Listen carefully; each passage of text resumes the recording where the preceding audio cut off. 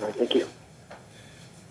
All right, let's start with Ms. Vasquez. Can you hear me? Yes. All right, Ms. Wells, can you hear me? Yes. Mr. Mark Van, can you hear me? Yes. All right, this would be case D 489676. The last decree of custody in this case was entered in January of 2017, where the parties agreed to joint legal, joint physical custody. I'll also note that there is an existing R case. That would be R 212375. Since that has arisen since the last time this matter has been before the court is going to officially defer any child support issues to that particular case, and that will encompass child support arrears, modifications, unreimbursed medical expenses, health insurance, etc. The court will put its full paragraph in the minutes, Ms. Vasquez, that you can feel free to cut and paste into any orders. Okay. Because of the, first of all, this was, there was a late opposition, but before that, and let me in all candor just let everybody know where this is going. CPS apparently is still actively involved. And my understanding, I guess, kind of through my law clerk, is that the only reason, because I was going to just continue the matter, but it's my understanding that Ms. Wells probably needs a temporary order until at least through the investigation being done. Yes. Mr. Mark Van, you indicate that you have a master's degree, is that correct? That's correct. I got the history, the CPS case notes to date. You guys are welcome to order your own copies. If you have any problems, you can submit an ex parte order with the court to sign it that you can serve on CPS so you can get your own copies. But the court received stuff dating back to 2013, and back then was when Mr. Mark Van thought it apparently a good idea to give Miss Wells' 13-year-old child marijuana if in fact he did some chores. Recall that? He was 15 at the time. So that was a terrible oversight on that part. In 2015. Oh, wow.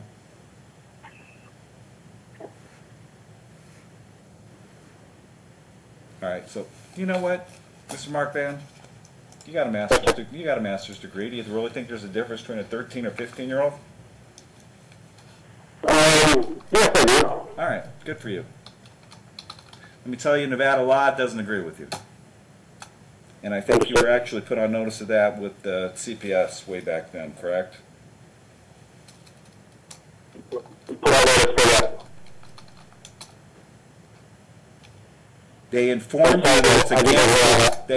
you that it's against the law to give a minor child marijuana. Marijuana was not legal back in 2013. Can we agree to that? Oh, absolutely, yes. I'm not saying that it was not a terrible mistake, and it's not something that I learned from.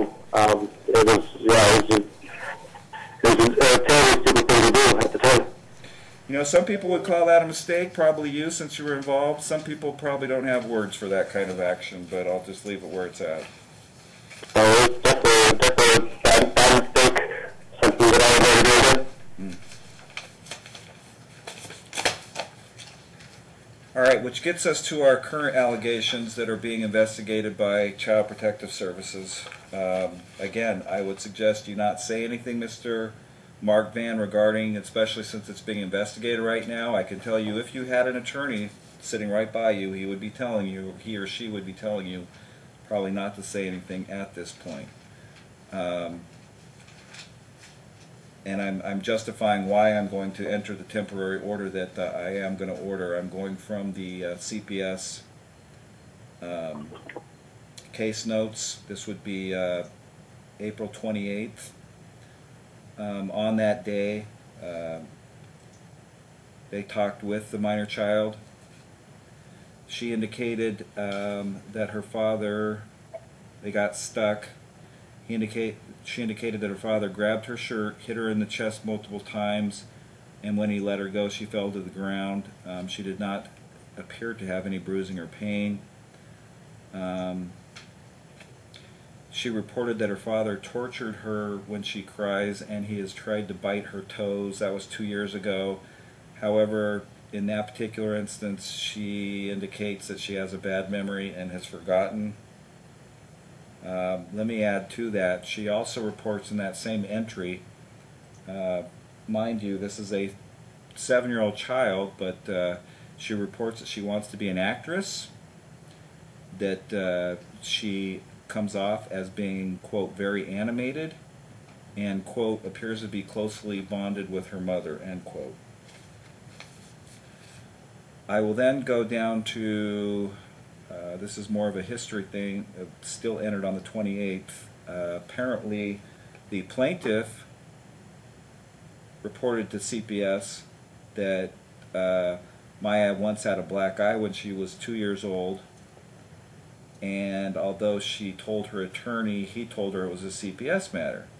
She also reported that she believed that Mr. Mark Van had shaken the minor child as a baby and took the child to a neurologist to confirm it. CPS, however, could not find any documentation regarding any investigation, nor any of the doctors, I believe, that were involved. Concerningly, the plaintiff indicates that she kept her daughter more days. This was how she apparently decided to address that particular situation. Again, if the allegation's true, back when Maya was 2 years old, that she had been shaken to the point that she manifested a black eye and was having seizures. The plaintiff indicated that she would keep her daughter more days than she was, so she would, and she was able to get the seizures stopped eventually. So, anyway, this court is absolutely going to err on the side of caution. Hold on a second,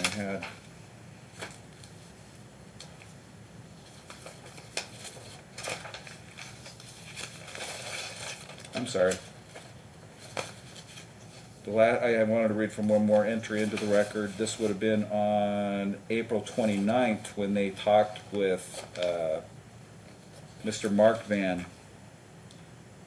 He admitted that he hit Maya with a tow rope, but denied that the hook end was on it. He also reported that he was trying to spank her and realized that he had disrupted the skin graft. The court has received a copy of the skin graft in the appendix that accompanied the opposition.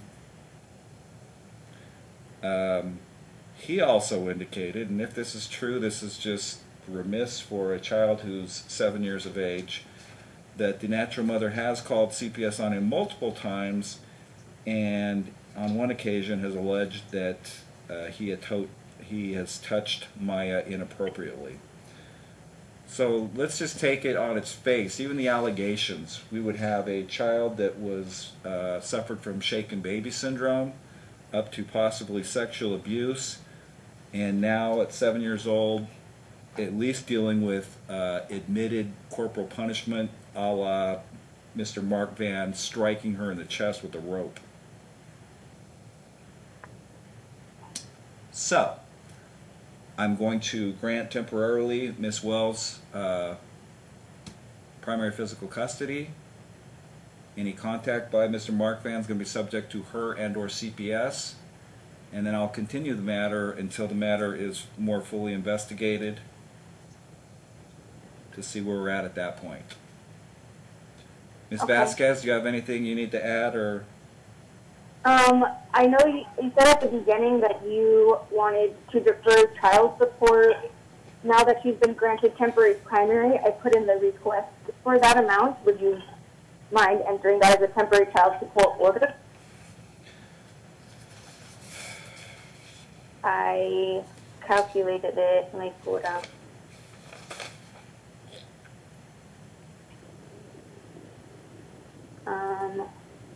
Because the child support court recently found that his gross monthly income was $5,962, I requested that his child support be changed to $953.92. Yeah, that's why, again, I'm not going to, you're absolutely entitled to take the order from today and go over in that case or get it to the caseworker and have them modify it up accordingly. Okay. But I can tell you from the FDF that he provided us, even though he lists it at that, it's actually, if you break it down, and I have my law clerk break it down to the day and then divide it back through the first of the year by the day, so we get a more accurate portrayal.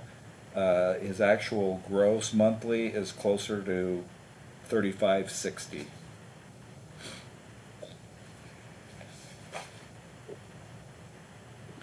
Okay. So, did you have anything else, Ms. Vasquez?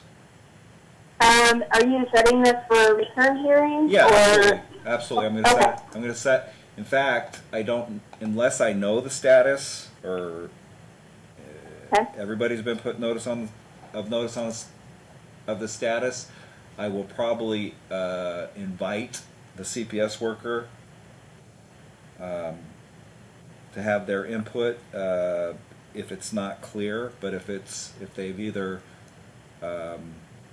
substantiated it,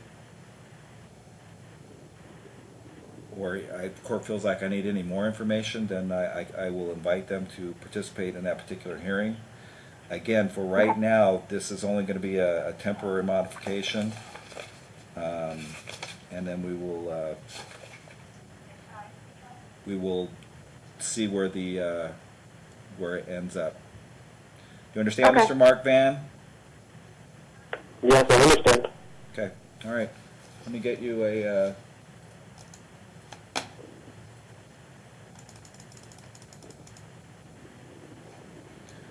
How is June 25th at 2:30? That works for me. All right, that'll be again, Ms. Vasquez, you want to give me the order granting her, Yep. Again, I get this question all the time in these circumstances regarding joint legal custody.